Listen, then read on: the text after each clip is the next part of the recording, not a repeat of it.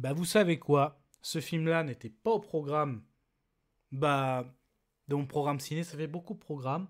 Ouais, bon en tout cas, ce n'était pas dans le calendrier de la chaîne. Mais pour vous dire, bah, sur les derniers films que j'ai vus, bah, c'est celui-là que j'ai préféré. Allez, on en parle après le générique. Soit on meurt en héros, soit on vit assez longtemps pour se voir endosser la peau du méchant. Pour ce genre de choses, il existe des hommes comme moi. Il t'arrive de saigner. Vous pouvez respirer, vous pouvez cligner des yeux, vous pouvez pleurer. M'a ramené le conduit, celle-là. Maintenant que j'ai votre attention, Accroche-toi, petit. Salut à tous, c'est Fab et Desgarmat sur ma chaîne et aujourd'hui on va parler, oui, cinéma, film cinéma, aventure amoureuse. Que dire? Bah déjà commençons par le titre, à savoir Jamais plus, inspiré d'un roman. Du coup la vidéo sera faite en plusieurs parties, bah déjà, mais de quoi ça parle ce film? Je pense que vous allez vite comprendre pourquoi ce n'était pas au programme. Pour autant, bon enfin bref. Ce que je retiens, ce que j'ai aimé, moins aimé sans spoiler, avec une petite conclusion. Allons-y. Il était une fois une... Du coup, notre héroïne, Lily Bloom. Bloom? Ouais, Lily Bloom, ouais. Donc, que dire de ce personnage? Oui, parce qu'il y a beaucoup de flashbacks sur son enfance, parce qu'en fait, c'est une personne qui a une enfance assez traumatisante, hein, donc à la fois témoin de violences intrafamiliales entre son père et sa mère, et justement, le film commence avec c'est l'enterrement de son papa, et on sent qu'elle est très très gênée, parce que ses traumatismes sont remontés, et d'un point de vue professionnel, elle se lance à Boston, donc poursuivre son rêve, à savoir ouvrir une boutique de fleurs. Oui, elle est fleuriste. Donc, et après, elle va rencontrer un homme un soir, oui, en haut d'un immeuble, sur le nom de Ryle, qui est neurochirurgien. Ouais, vous imaginez bien, le beau brun neurochirurgien. Tout à fait. Donc là, il va y avoir à la fois une rencontre, ça je l'ai déjà dit, mais aussi une connexion. Ils vont même vivre en couple, ils vont tomber amoureux, profondément amoureux, aller jusqu'au mariage, voire même avoir un enfant. Mais Lily commence à entrevoir des aspects de son mari qui lui rappellent la relation qu'il avait avec ses parents, hein, notamment au niveau de la violence. Et lorsque là, un homme, j'ai envie de dire oui, ressurgit, du nom de Atlas. Atlas, mais qui est Atlas? C'est le premier amour de notre mademoiselle Lily Bloom.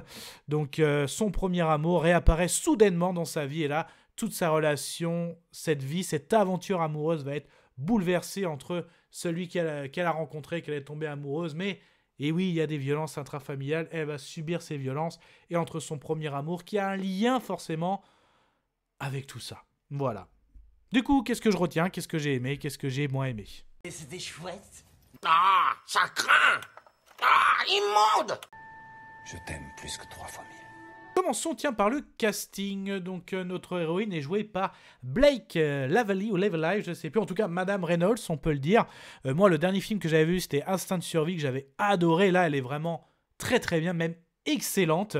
Donc franchement, alors c'est une autre actrice qui joue son rôle quand elle est jeune, adolescente. Mais super, là-dessus, il n'y a rien à dire. Ça faisait même très plaisir de la revoir. Là, elle joue vraiment très très bien. Bah, quand je dis il y a des violences intrafamiliales, même de violence, oui, presque petit spoil, on est, oui, je peux dire du viol, tout ça, elle joue vraiment très très bien.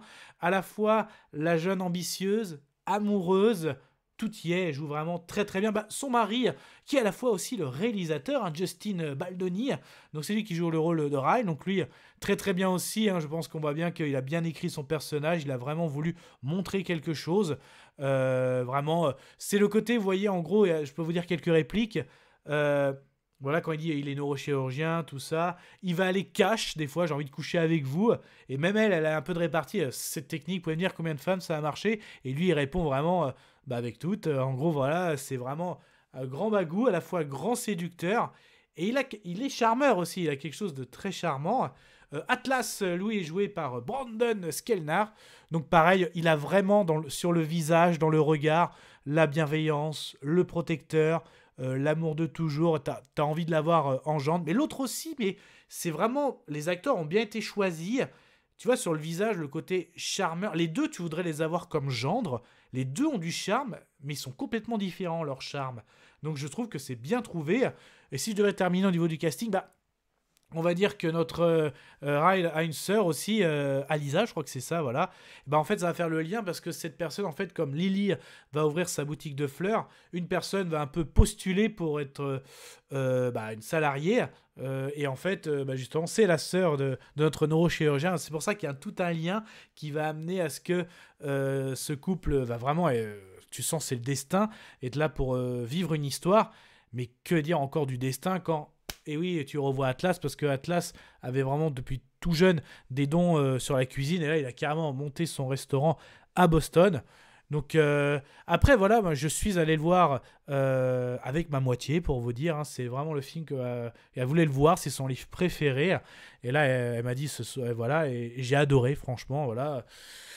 Là-dessus, je la remercie encore. J'ai vraiment passé un bon moment. Et elle m'a... Je me suis intéressé, son livre préféré. Et elle m'a dit vraiment que même les scènes violence intrafamiliale, c'est vraiment diminué pour le film. Même déjà, le livre, il dure un peu plus de 2 heures, 2h10. C'est compliqué de mettre... Je crois qu'elle m'a dit que c'était 500 pages dans 2 heures. Elle me dit que voilà, les relations même avec Atlas, c'est vraiment... On voit très très peu. On voit vraiment des flashbacks quand ils sont adolescents. Il y a quand même des scènes, hein, je dirais que c'est plus des flashbacks. Mais voilà, il s'est passé vraiment des choses. On comprend en tant que spectateur, mais de toute façon, c'est toujours ça, hein, d'un livre passé d'un film. C'est pratiquement impossible. Hein. D'autres tomes sont écrits, il y a des suites, donc à voir. Est-ce que si ce film a du succès, est-ce qu'on verra une suite, si les acteurs sont partants? En tout cas, c'est une très belle histoire d'amour. Vraiment, des sujets qui sont mis en avant.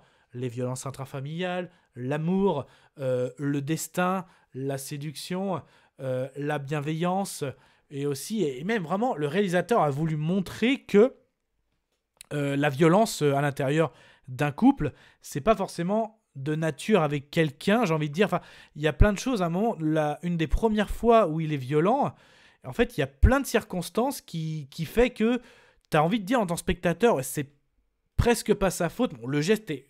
N'importe quel geste de violence, c'est inadmissible. Mais à un moment, en fait, il se brûle dans la cuisine et tu as l'impression qu'il a un geste déplacé, mais qu'il veut pas vraiment la frapper.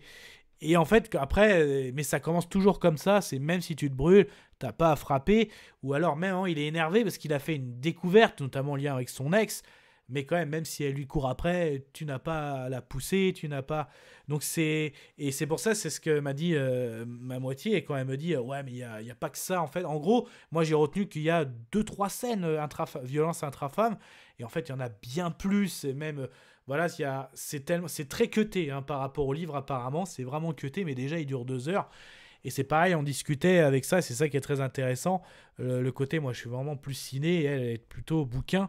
Et après, c'est une question de réalisation aussi. Est-ce que ça vaut le coup de faire un livre en plusieurs films? Bah, pas trop, parce que si le premier marche pas, tu n'as pas la suite. Il y a un côté frustration. Donc, il y a des choix à faire. Et voilà, c'est pour ça que à la fois, il faut se faire son propre avis, c'est ce que je dis toujours, mais c'est vraiment une très belle histoire d'amour, beaucoup de messages, les acteurs jouent bien, moi les 2 heures je les ai pas vus passer, j'ai vraiment passé un bon moment, donc franchement je vous le conseille, de toute façon, que dire de plus, faites votre propre avis, et puis Kenavo. Je vous souhaite une agréable soirée. Désolé pour le bordel. Au revoir.